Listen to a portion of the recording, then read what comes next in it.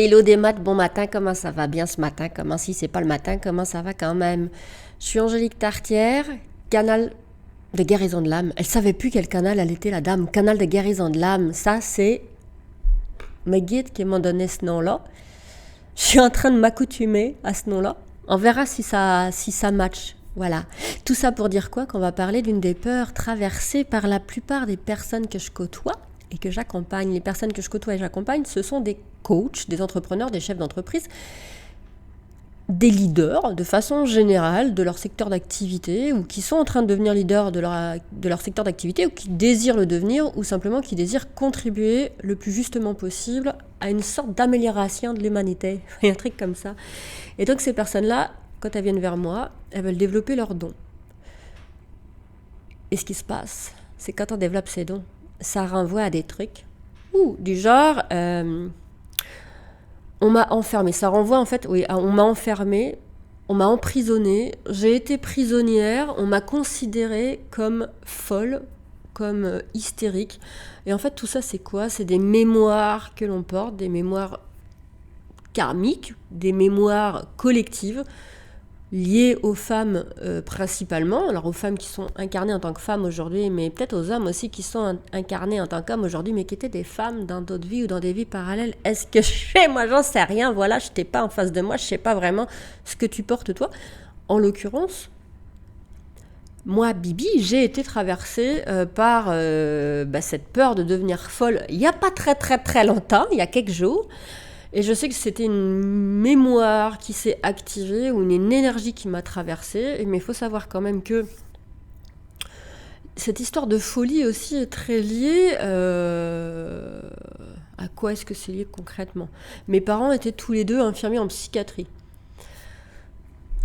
Dans mon enfance, je suis allée les voir régulièrement sur leur lieu de travail.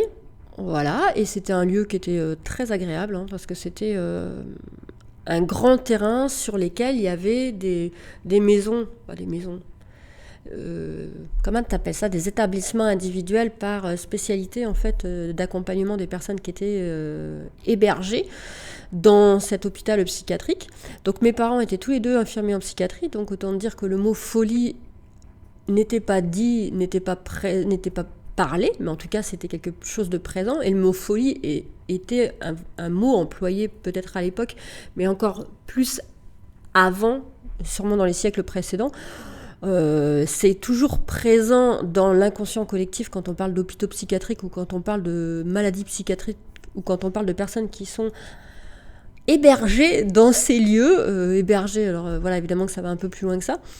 Mais je ne veux pas développer ces questions-là parce qu'en fait, moi, j'y connais rien du tout en psychiatrie. C'est pas parce que j'ai des parents qui étaient infirmiers en psychiatrie que j'y connais quoi que ce soit. J'ai une espèce d'écoute sur ces sujets-là, mais je n'y connais rien. Je ne suis pas experte.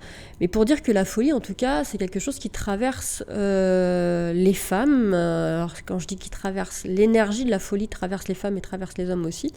Et c'est une des peurs les plus présentes, en fait, dans les accompagnements que je peux avoir. Donc, il y a cette peur-là, il y a d'autres peurs aussi. Mais c'est la peur d'être considérée comme folle et de devenir folle. Et je trouve ça assez perturbant, en fait, déjà de le vivre et de le ressentir, parce que vraiment, c'est en termes de ressenti et de vécu d'expérience, c'est juste super désagréable. Et on se dit quand même, et je me dis que la frontière est très fine entre être pas folle et être folle. Voilà. Et être folle, concrètement, c'est tout ce que regroupe tout ce qui n'est pas normé, tout ce qui n'est pas rationnel et tout ce qui donne aussi l'impression de lâcher prise par rapport au connu. C'est beaucoup lié à ça. Et on met beaucoup de charges émotionnelles quand on commence à être dans un espace, un endroit où on est moins aux prises avec le connu. Et on est là à résister, à s'arc-bouter, à s'accrocher, plutôt que de laisser passer, de laisser faire, de laisser vivre, juste comme étant traversé par quelque chose. On est traversé par des choses et le fait de les retenir leur donne une énergie incroyable. En tout cas, c'est la traduction que j'en ai là, moi, aujourd'hui. J'ai pas dit que c'était la vérité, c'est une traduction que j'en ai. Je ne dis pas la vérité, moi, je transmets juste mon ressenti, mon expérience, mes impressions par rapport aux choses.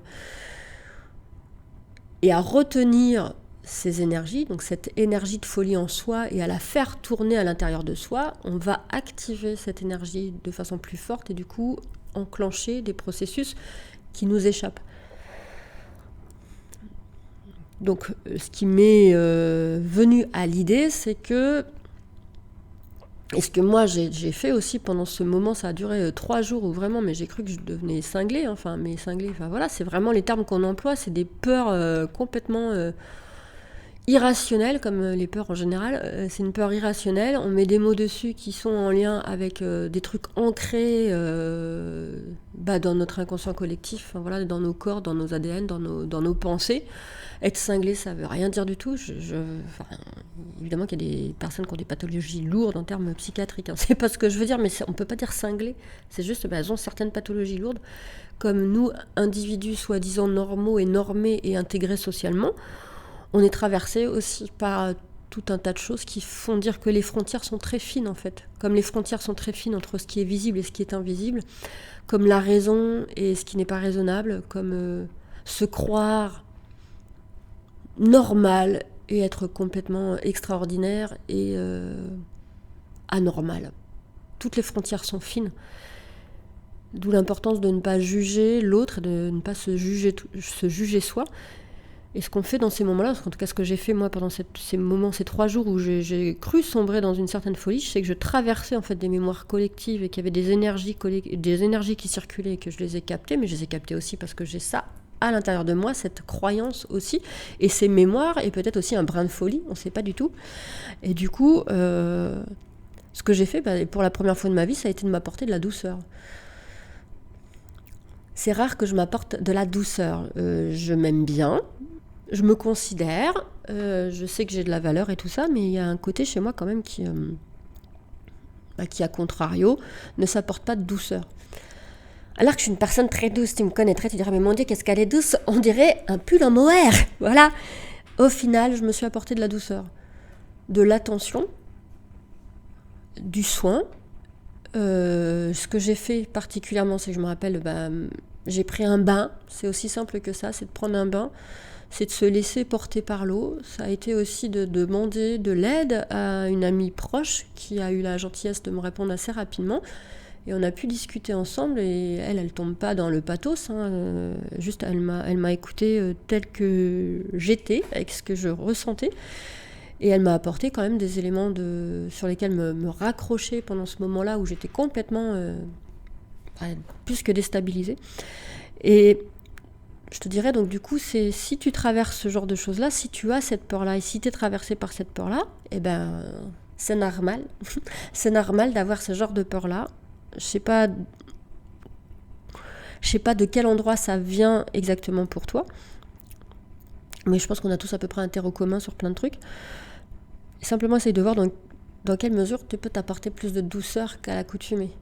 Voilà, et c'est tout simplement ne pas travailler ce jour-là. Si tu as des rendez-vous clients, tout simplement tu les déplaces. Il n'y a pas mort d'homme et il n'y a pas mort de femme. Tu les déplaces et puis tu t'accordes le plus d'attention possible sans apporter de l'attention à ce que tu crois voir se créer en toi. Donc cet élément de folie que tu crois être en toi, tu ne lui accordes pas d'attention, tu accordes de l'attention à ton corps, à ta présence, à ton état d'esprit. Voilà. C'est des moments qui passent, peut-être qu'ils reviendront. Je ne me le souhaite pas, et en tout cas je sais à peu près maintenant comment les traverser.